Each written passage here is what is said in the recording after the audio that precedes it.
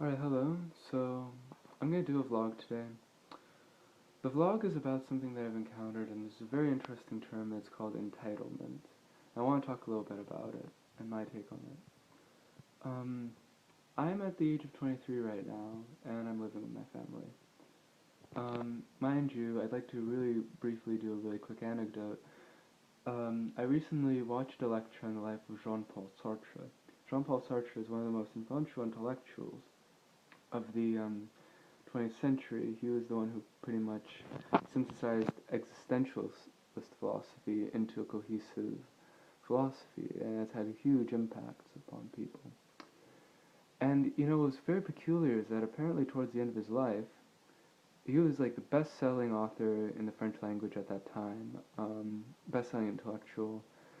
Um, had pissed off a lot of people because he was a Marxist, and yet he was a radical individualist, so he ended up inadvertently estranging a lot of Marxist people. He also ended up estranging a lot of uh, a lot of capitalists as well because they knew about his Marxist associations. He saw how black people were treated in the United States and said this was terribly wrong, and people thought that he was just a commie.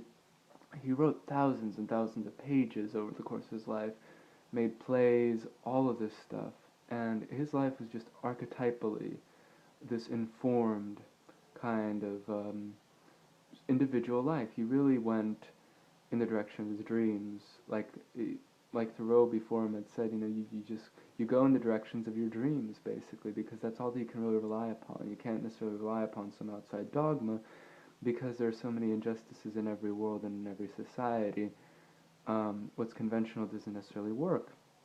Well, towards the end of his life, again, best-selling author, he was living with his mother, and she was cooking him meals and doing his laundry, because why not? She consented to it, and he had no qualms about it. But this is like a best-selling author, and he was raised in the middle class, in the bourgeoisie, and he rebelled against that kind of thing, very much so throughout the entirety of his life. Now, here's the thing about this that makes me think about, people in the suburbs and in the middle class are oftentimes can be very naive about life and different ways of life. And personally, right now, what I'm trying to do is to write a novel. I'm actually well into it right now, and I'm trying to start a business, an independent business, which, I mean, I've been working at this enterprise for about a few years now. And I've been writing a lot of music. Like I think in the past year I've written like 20 songs, and I made it a point to be as available as possible for when other musicians come along.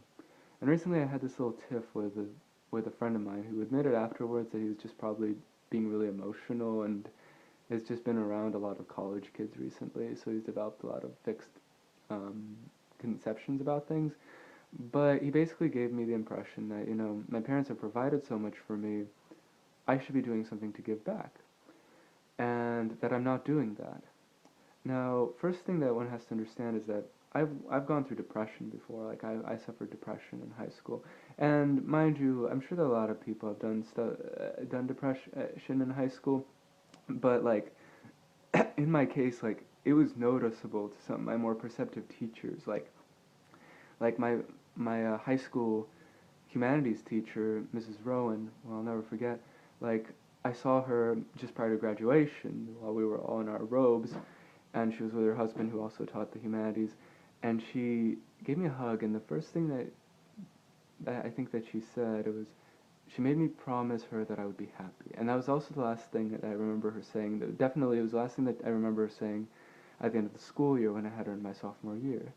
Because she could notice I was a very unhappy person. She said, I'm so smart, don't have discipline, which I do have now, I'm not very happy.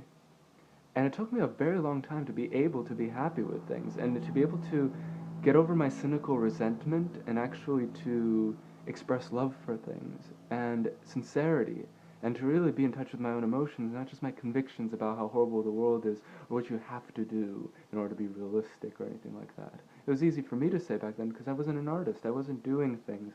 I wasn't doing that well in school. It was easy for me to develop these convictions. So for me, like, I'm living at home right now, and I just turned on the computer and I was listening to some music, and I thought, should I enjoy it? My parents have provided it for me. Well, why do I feel that I enjoy it? And this is like practically a temptation back to depression. I know it is, because I feel like, oh, I'm such an entitled person. I should be doing something to pay for my own resources, because I was sensitive enough. Even though my friend apologized as of yesterday, I still took some of the stuff that he said to heart. And I realized, for me, in order to be happy, that suggests that just by itself, to be able to be happy is a big success. And it means that I'm probably doing something right, because, the things that gave me happiness over the course of my life and allowed me to become a happy person were the times when I was kind to people, open with them, receptive, and open-minded. And this is something which defies like all these distinctions of pragmatic and idealistic. It's what we call being spiritually informed, which isn't like a spaced out kind of thing. It's just a day-to-day kind of, in a sense, Buddhistic awareness of things and an ability to appreciate them. As Mr. Rowan, Mrs. Rowan's husband, once said, the only fixed point that he knew was love. And love comes with such a great emotion. But think about people who don't have that, who feel like they don't deserve something. What do? They have a resentment. So what do? They go get jobs in order to feel like they deserve something. And it's whatever job is available at the time. And they work hard and they say, now I deserve this. This is the fruits of my labor.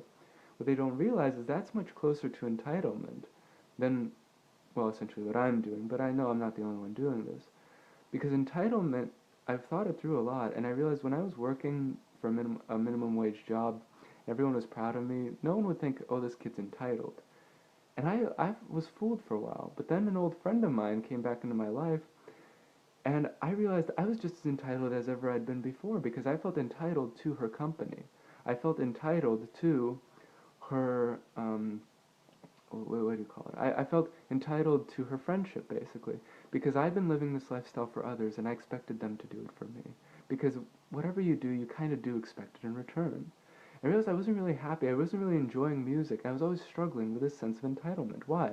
Because if I feel entitled to my music as the fruit, or to music or any luxury as the fruits of my labor, well, that work I've already done. And in Buddhism and all these spiritual traditions, which I'm not saying everyone has to follow, but it makes a lot of sense, you always have to renounce the fruits of your actions.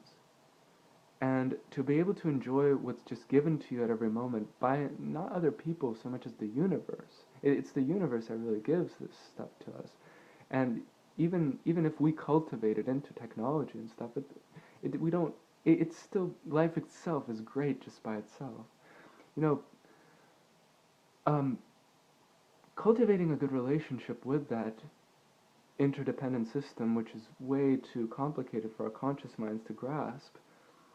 The whole aim of psychotherapy and Buddhism and all these spiritual traditions, essentially, that's true work, and that's work that you're doing in the present, not work that you did in the past.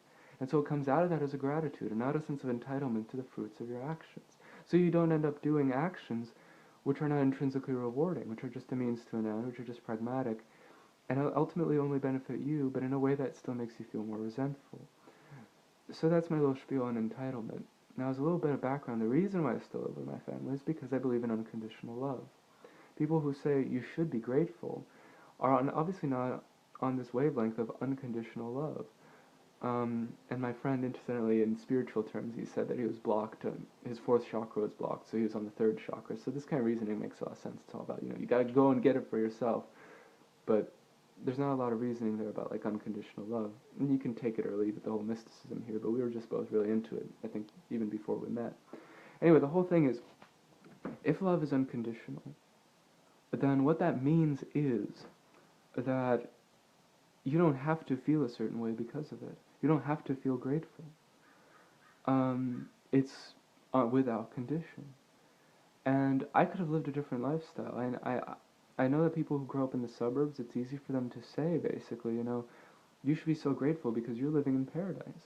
And I didn't necessarily feel that way. And I was much more like Philip K. Dick. I felt at times tempted to just throw it all away, become, God knows what, a bum for a while. And then, I've met people who are homeless. I've hung out with people who are homeless. There is virtue in this lifestyle. And some of them made it back into society, so it's not like it's a dead end either. But the whole point is though, that it's easy for someone who's lived in the suburbs one's entire life, not just like physically but also psychologically, to pass judgment on other people's lifestyles. But you really gotta try everything and see all these different perspectives, and it's a humbling experience. I don't expect a lot of people in their 20s to get it all the time, but even my friends who do get it, like my friend usually gets this stuff, they'll space from time to time if they're around a lot of people in their 20s. Um, I feel a deep indebtedness to all kinds of people. I've always felt the need to connect with them. And I feel like any lifestyle, you have to make the most out of whatever you commit yourself to. It's like in spiritualism, we talk about these people called old souls. If you're really a passionate person at heart, you can make the most of any situation, and you should. I chose to live with my family because when I wanted to leave, um, I still remember to this day my sister begged me to stay, and I thought family's important. But dealing with other people is not easy.